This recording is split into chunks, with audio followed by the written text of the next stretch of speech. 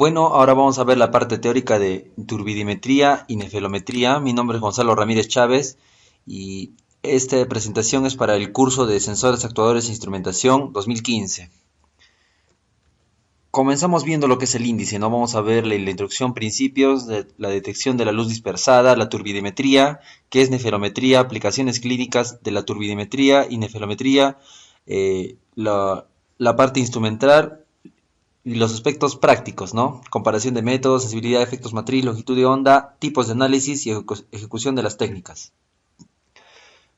Para comenzar, vamos a dar una breve introducción de las técnicas analíticas no espectroscópicas basadas en la dispersión de la luz, light scattering, turbidimetría y nefelometría. ¿Qué son?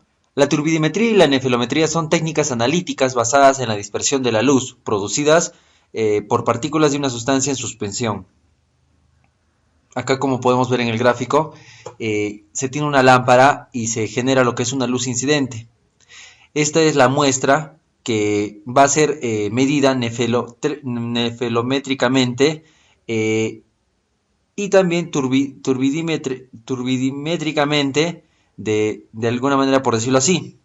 Una se utiliza la luz no dispersada y la otra la luz dispersada. Significa que la luz incidente, en el caso de la turbidimetría, está en ángulo de 0 grados, más en la nefelometría el instrumento se tiene que encontrar a unos 90 grados. Bueno, continuamos. Eso ya se va a revisar más adelante. ¿Qué ocurre? Cuando un rayo de luz monocromática polarizada y colimada, paralelos, atraviesa una suspensión homogénea de partículas, esto sucede. Una parte de la energía es reflejada regularmente, otra parte es difundida, es decir, reflejada en todas las direcciones, dispersada, otra parte es absorbida y otra parte es transmitida. Justamente acá vemos, ¿no? ¿Cuál es la energía incidente, la muestra y la energía que pasa, ¿no? La muestra y es la energía ya transmitida, la radiante. De ahí tenemos la radiación dispersa, ¿no? La cual ya, viendo el grado de turbidez de la muestra, esta luz, digamos que se dispara por otros lados, ¿no? La longitud de onda incide en otros ángulos, por decirlo así. Ahora, principios. La dispersión luminosa. Es el fenómeno de separación de las ondas de distinta frecuencia al atravesar un material. Incluye una interacción entre el rayo luminoso incidente y la partícula con la que choca. Factores de los que depende la dispersión de la luz: tamaño de la partícula, dependencia de la longitud de onda, influencia de la concentración, influencia del detector. Luego vamos a ver los distintos factores, uno por uno. Primero, tamaño de la partícula. La luz dispersada depende de la relación entre el tamaño de esta y la longitud de onda de la luz incidente. Cuando el tamaño de la partícula es intermedio, la luz aparece dispersa hacia adelante, la dispersión de Rayleigh, en distintos ángulos, lo que nos favorece a las medidas nefelométricas, ¿no? Como ya hemos ido viendo, ¿no? Justamente este es un ejemplo, ¿no? Digamos en el atardecer, cómo es que se generan esas ondas. Dependencia de la longitud de onda. La intensidad de la longitud de onda dispersada es inversamente proporcional, acá está, a la longitud de onda elevada a la cuarta potencia, lo que quiere decir que a menor longitud de onda de excitación obtendremos mayor sensibilidad en las medidas. De ahí tenemos influencia de la concentración. La intensidad de la luz dispersada es directamente proporcional al peso de las moléculas, de las partículas y a su concentración en la solución. Aquí justamente vemos la siguiente fórmula matemática de la intensidad de la luz. Después, la influencia de la distancia del detector. La intensidad de la luz es inversamente proporcional a la distancia del detector elevado al cuadrado, por lo que cuanto más cerca esté el detector de la cubeta muestra, mayor sensibilidad obtendremos. Después, en una determinación cuantitativa de un compuesto determinado, todos los factores citados van a ser constantes excepto la concentración. No existe una fórmula universal que permita calcular la concentración de las partículas en suspensión a partir de la medición de la luz dispersada. Similitud con fluorimetría. Ahora, detección de la luz dispersa. ¿Cómo se puede medir la luz dispersada? La dispersión de la luz se puede medir por turbidimetría o por nefelometría. El turbidímetro y el nefelómetro. Ahora, vamos a ir uno por uno.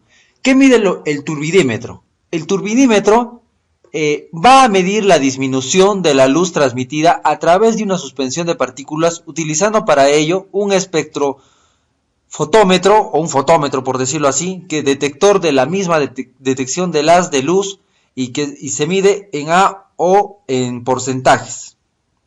Normalmente es en porcentajes, ¿no? Justamente acá vemos, ¿no? El esquema de lo que es un turbidímetro.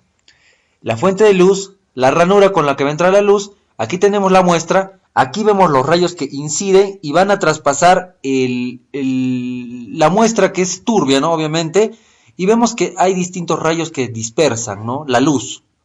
Pero el turbidímetro se tiene que colocar justamente al frente o a 0 grados con respecto a la fuente de luz, ¿no? Como podemos ver ahí. Ahora, ¿qué va a medir el nefelómetro? Mide la luz dispersada en dirección distinta a la luz emitida, generalmente con ángulos que oscilan entre los 15 y 90 grados. Justamente como se dijo, ¿no? Al inicio, aquí vemos, este es el principio de funcionamiento del nefelómetro. Aquí está la fuente de luz, aquí está la ranura y justamente tenemos la muestra, pero ya no medimos la luz que traspasa exactamente a la fuente de luz, sino a la luz dispersada, que puede estar, como en este caso, el fototubo está a 90 grados con respecto a la fuente de luz, o puede estar a un ángulo de 15 grados, ¿no? Eso dependiendo del fabricante, ¿no? Por decirlo así. Listo. Ahora vamos a ver todo lo que concierne a turbidimetría. ¿Qué es? Es una técnica analítica basada en la dispersión de la luz cuando se atraviesa partículas en suspensión. ¿En qué se basa? La turbidez es la propiedad óptica de una muestra que hace que la radiación sea dispersada y absorbida más que transmitida en línea recta a través de la muestra. ¿Qué se mide?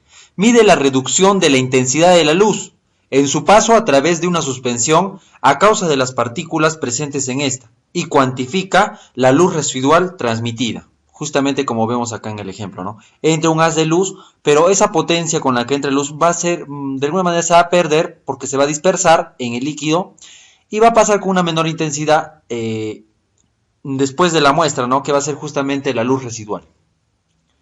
Funcionamiento. Justamente como vemos acá, la fuente de luz emite radiación con una intensidad inicial.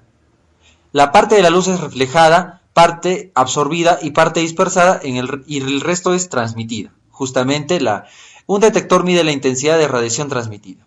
Acá está, en porcentajes, ¿no? De luz transmitida. ¿Cómo se mide? El aparato utilizado para la medida es el espectrofotómetro o fotómetro. La luz transmitida se mide a 0 grados del haz incidente, es decir, en su misma dirección. Se puede medir como tanto por ciento en transmitancia o como absorbancia, con la letra A. ¿De qué depende la sensibilidad del método? Dependerá principalmente de la exactitud y sensibilidad del aparato. ¿Para qué se utiliza? Se suele utilizar para soluciones concentradas, para que haya una buena disminución de la luz transmitida. Ejemplo, determinación de proteínas totales en suelo, LCR u orina. Nefelometría. Ahora pasamos a este tema. ¿Qué es?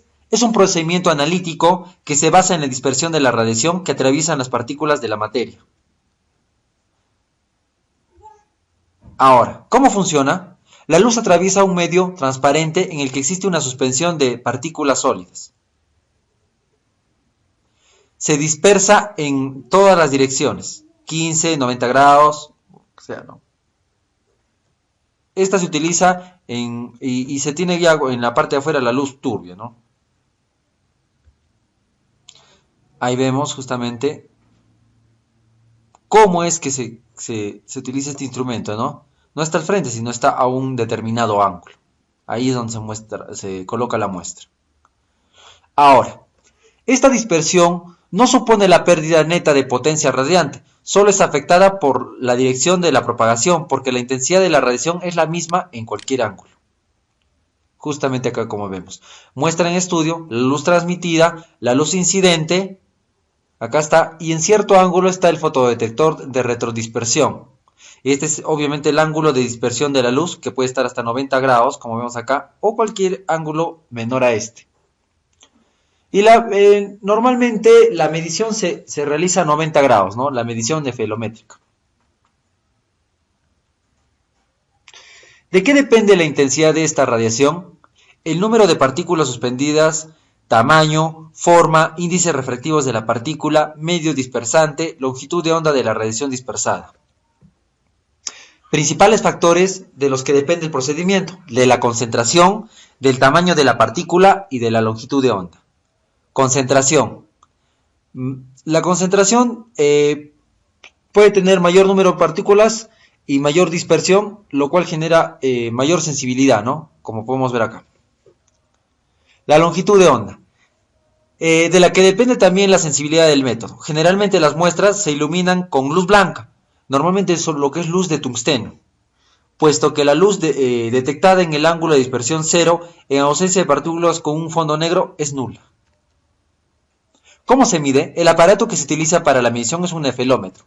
Es un aparato diseñado exclusivamente para esta técnica. Tiene un sistema de detección situado en un ángulo de lectura de 90 grados. ¿Para qué se utiliza? Se utiliza principalmente para medir concentraciones específicas de colonias de bacterias en algún medio de cultivo o de muchas proteínas, utilizando el principio de dispersión luminosa molecular. Aplicaciones, en este caso se van a dar unas aplicaciones clínicas, ¿no?, de la turbidimetría y la nefelometría. Esto en la siguiente parte del video. Muchas gracias.